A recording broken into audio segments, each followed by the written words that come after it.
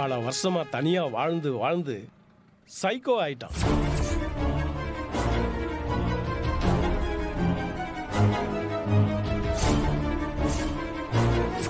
எப்படியாவது நீ அவங்கிட்ட இருந்து தப்பிச்சிடுமா, இல்லைன்னா உங்களையும் ஒரு நாள் கொன்னுடுவான்.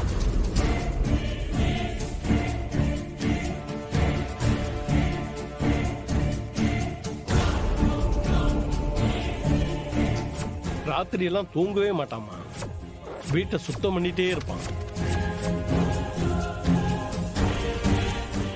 எப்படி இவரை பத்தி தெரிஞ்சுக்கிறது? யார்கிட்ட கேக்குறது? இவர் வளர்ந்த ஆசிரமத்துல கேட்கலாமா? ஆமா, ஆசிரமத்துல போய் கேட்கலாம். ஆனா அந்த ஆசிரமம் எங்க இருக்கு, அதோட பேர் என்ன, அட்ரஸ் என்ன, எதுவுமே நமக்கு தெரியலையே.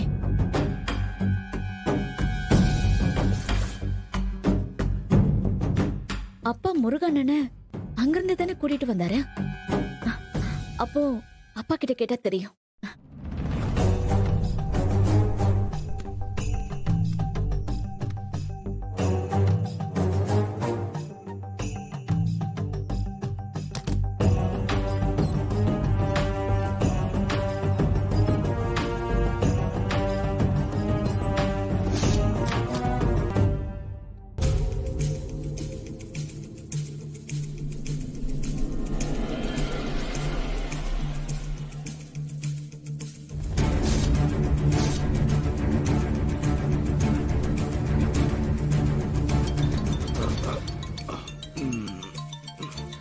யார் அது? இந்த நேரத்துல கால் பண்றது என்ன? அஞ்சலி இந்த நேரத்துல கால் பண்ணிருக்கா? அஞ்சலி, என்னம்மா இந்த நேரத்துல கால் பண்ணிருக்க? அப்பா ஒண்ணும் இல்ல, ஒரு டீட்டெயில் வேணும்பா. என்னம்மா டீட்டெயில் கேட்குற நேரமா இது? காலையில கேட்க வேண்டியதானே? சரி, என்ன? அப்பா, நீங்க முருகண்ணனை எந்த ஆசிரமத்துல இருந்து கூட்டிட்டு வந்தீங்க? ஹே, இப்ப ஏன் அதை கேட்டுக்கிட்டு இருக்க? இல்லப்பா, மகேஷும் அங்கதானே வளர்ந்தேன்னு சொன்னாரு, அதான் தெரிஞ்சுக்கலாமேன்னு, அவ்வளவுதான். ஓ,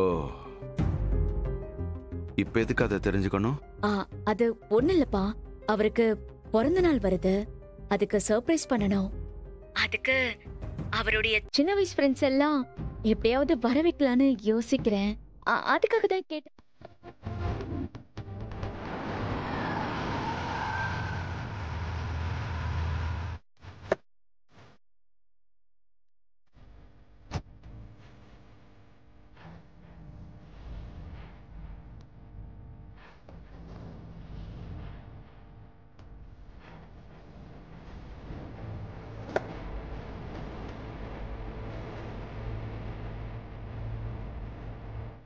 இறங்க அஞ்சலி.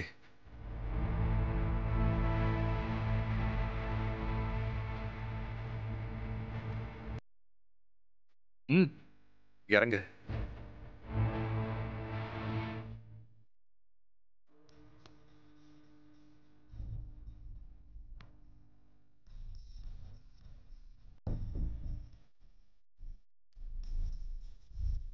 ஏன் நீ அழற? வா உள்ள போலாம்.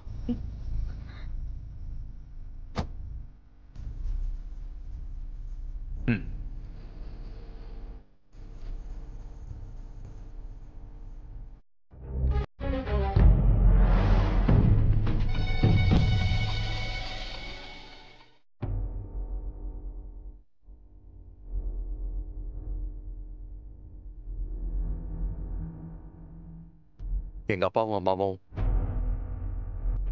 லவ் பண்ணி குடும்பத்தை எதிர்த்து தான் கல்யாணம் பண்ணிக்கிட்டாங்க. எங்க அப்பாவை எங்க அம்மா வீட்டுல ஏத்துக்கல. எங்க தாத்தா எங்க அம்மா தான் உலகம்னு இருந்தாரு. அவரால இதெல்லாம் தாங்கிக்க முடியல. அவர் என் அம்மா மேல வச்சிருந்த மொத்த பாசமும் கோவம் ஆயிடுச்சு.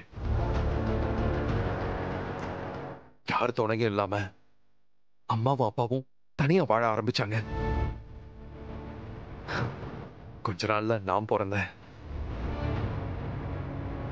நான் குழந்தையா இருக்கும்போது எங்க அப்பா ஒரு ஆக்சிடென்ட்ல இறந்துட்டாரு. கட்டண புருஷன் இல்லாம குடும்பத்தோட உதவியும் இல்லாம எங்க அம்மா என்ன வளர்க்கறதுக்கு ரொம்ப கஷ்டப்பட்டாங்க. எங்க அப்பா இறந்த சோகத்தை எங்க அம்மாவால தாங்கிக்க முடியல. எனக்கு சாப்பாடு போடுவாங்க, ஆனா அவங்க சாப்பிட மாட்டாங்க. பட்டினி கிடந்து கிடந்து அவங்க உடம்ப அவங்களே கெடுத்துக்கிட்டாங்க.